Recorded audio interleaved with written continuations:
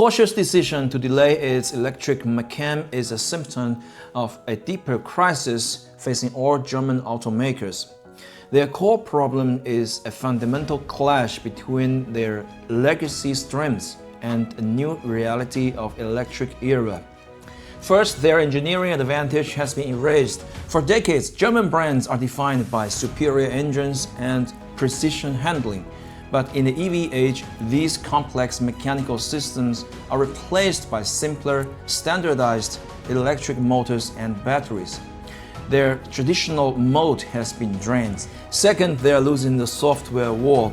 The future car is a smart device on wheels, but German in-house software development like Volkswagen's Cariad has been slow and troubled. Their infotainment systems feel outdated compared to the seamless smartphone-like experiences provided by Tesla and Chinese rivals.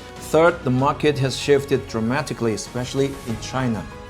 Chinese consumers now define premium not by a brand's heritage, but by its technology and features.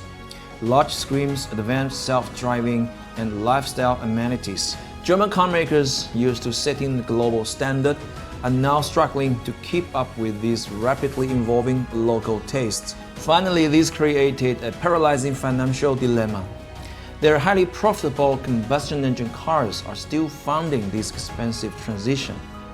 With EV demand slowing in some markets, slowing down the electrification to protect short-term profits, as Porsche is doing, becomes a tempting but risky move. In short, German carmakers are masters of a fading world. Their success depends on a painful and rapid reinvention, moving from being mechanical engineers to being software-driven tech companies, before new competitors permanently redefine the market without them.